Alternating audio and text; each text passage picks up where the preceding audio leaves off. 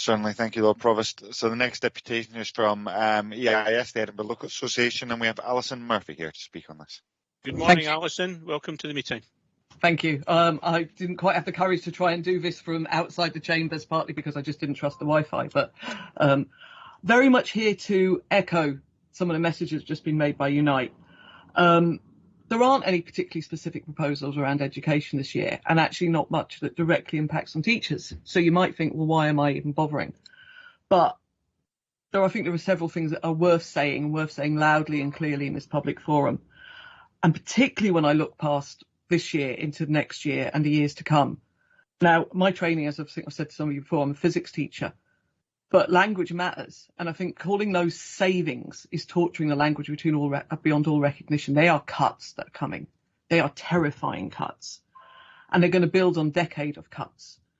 And if those cuts are implemented, they are going to undermine all the ability that you have to implement the promises that you make to the citizens.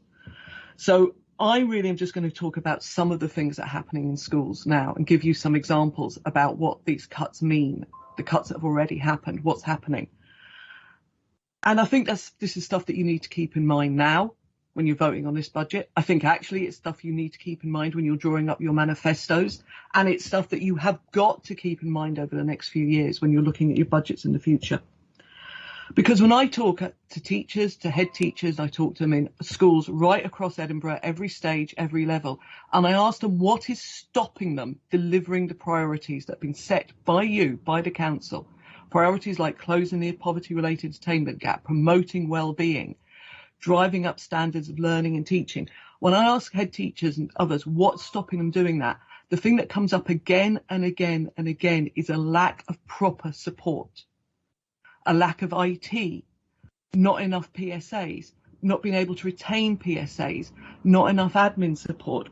All of these are the things. Business managers, not enough business managers, or business managers who don't have the hours needed to overtake their remits. Totally inadequate IT support. All of this means that our teachers and our head teachers cannot focus on learning and teaching. They cannot focus on improving conditions for our children and for their families. And this is what's causing them to become ill, to leave the profession.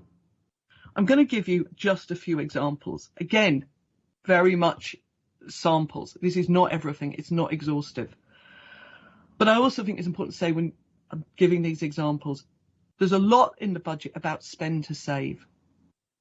The failure to spend on our support staff is undermining all of these initiatives. And it's an utterly false saving.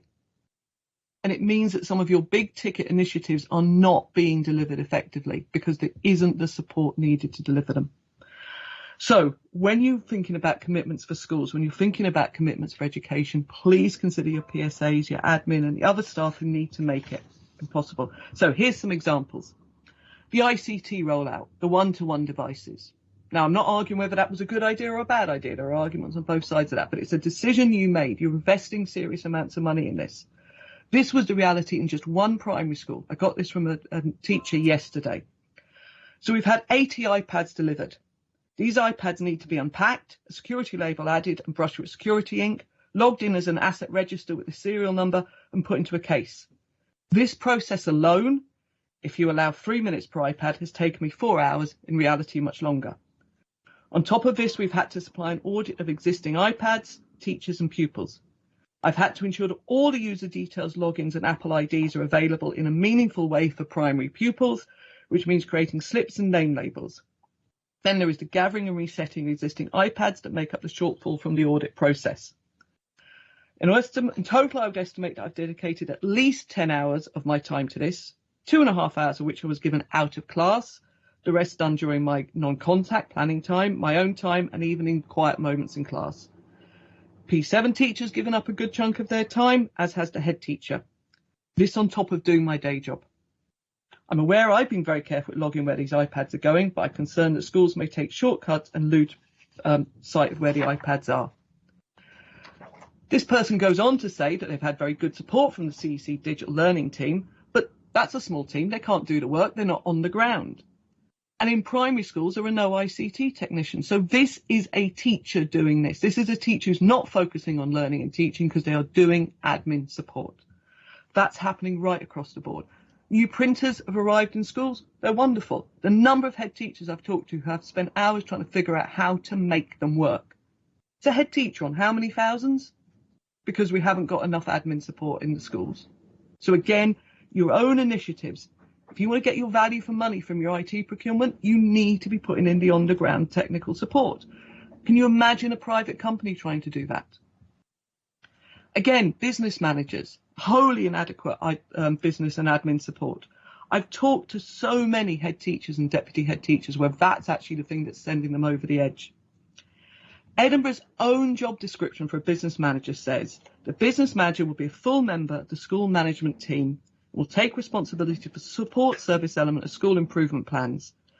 A key aim is to free up senior management time to enable them to concentrate on improving learning and teaching in the school, to do things like budget management, human resource policies, so on.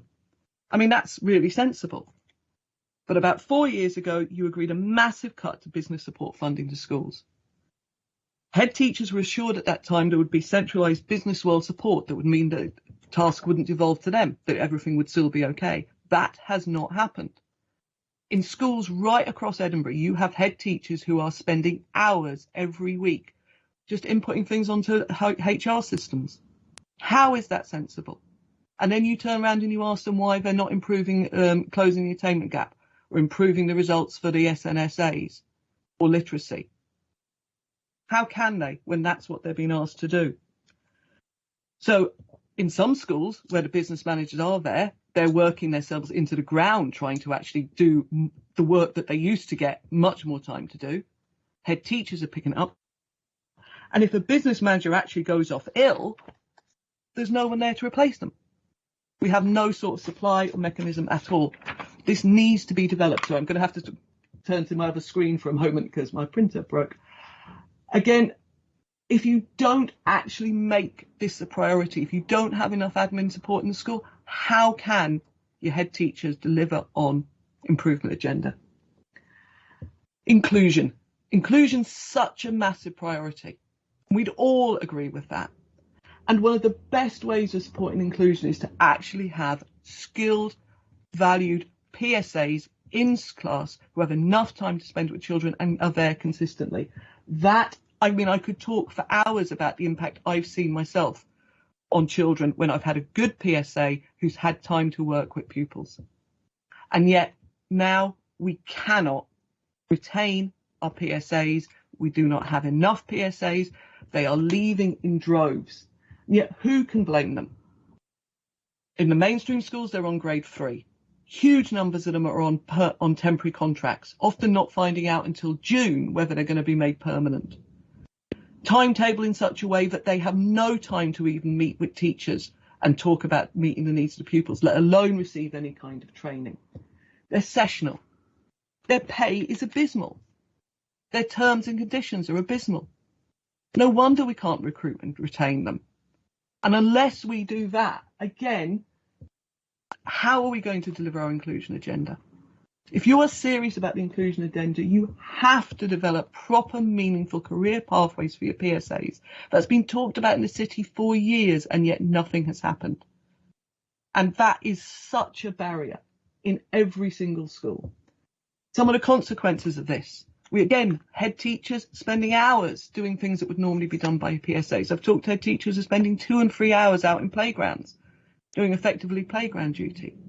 I'm sure you all know that in our special schools right now, our educational psychologists and our really highly paid and very experienced, very skilled support for learning specialists are going into special schools and effectively working as PSAs because we haven't got the PSAs we need in the special schools. How is that sensible? How is that even financially sensible, let alone the impact it's having on all the children in the mainstream schools whose support is being taken away?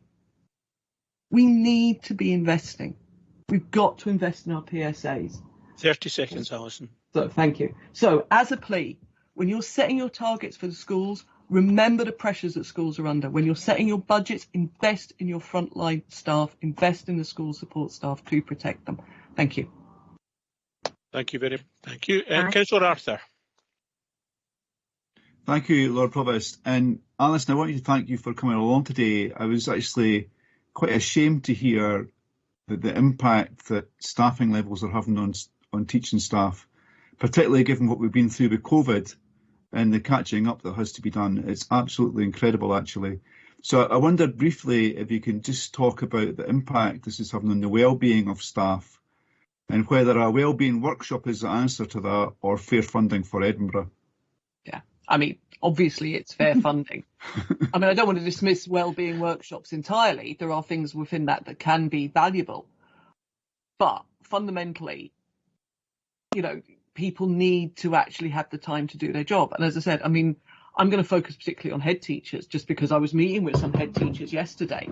But, you know, as it happens over the last few days, I've had a lot of meetings with head teachers about different things. So I spoke to head teachers where, you know, this head teacher, really, really challenging school, sort of school where, you know, doing incredible work, that's doing all the things this council wants to do around poverty, around opportunity, around challenging disadvantage, really skilled practitioners. One of the schools that is recognised, you know, I mean, I'm not going to say which school in this context because of this. And this head teacher actually was talking about that she had spent, I mean, it doesn't sound like a lot, an hour or two just sorting out the new printer that arrived, you know, how that was going to work. Now, that might not sound a lot, but that's an hour or two on top of having to do extra admin, an hour on top of having to spend time in the playground because there aren't enough PSAs. I think it was the same head teacher who said they had 3 times advertised for PSAs and they hadn't been able to fill it. And actually, either they hadn't been able to appoint because they had good applicants, or by the time they did appoint, the the candidates had said, actually, I've got another job.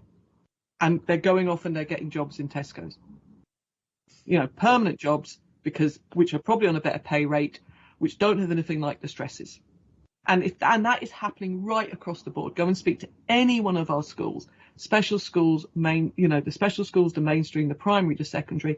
The staff, the admin staff, the PSAs are going elsewhere because they can get permanent contracts, they can get the hours they need, they'll get the training they want, they get invested in as employees. And that is not happening in our schools in Edinburgh.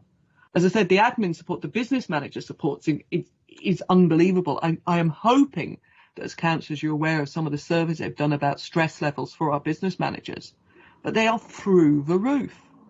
Because as I say, I gather it was about a 15.8, 16% cut in the funding to all schools. So in a majority of primary schools, they do not have a business manager full time. In fact, I don't think any of them do. Even a lot of the secondaries are having to supplement the hours of the business managers from their budget. So budget that should be spent for other things in order to have sufficient. There are schools in Edinburgh, large schools that have had vacancies in the admin support for months or years, certainly for months. And that work doesn't vanish. So you're ending up with your teachers and your head teachers having to fill in CMAS forms, having to send out paperwork. It's insanity. It's such a waste of money. But if you're not going to pay the staff properly and if you're not going to train them properly, that will keep happening. And all the other initiatives that you have will just be undermined by that basic lack of time and basic lack of staff. Because either not the staff there or they don't have enough time. Sorry, thank you. No, thank you. Thanks for all you're doing, Alison. Thank you. Councillor Munro.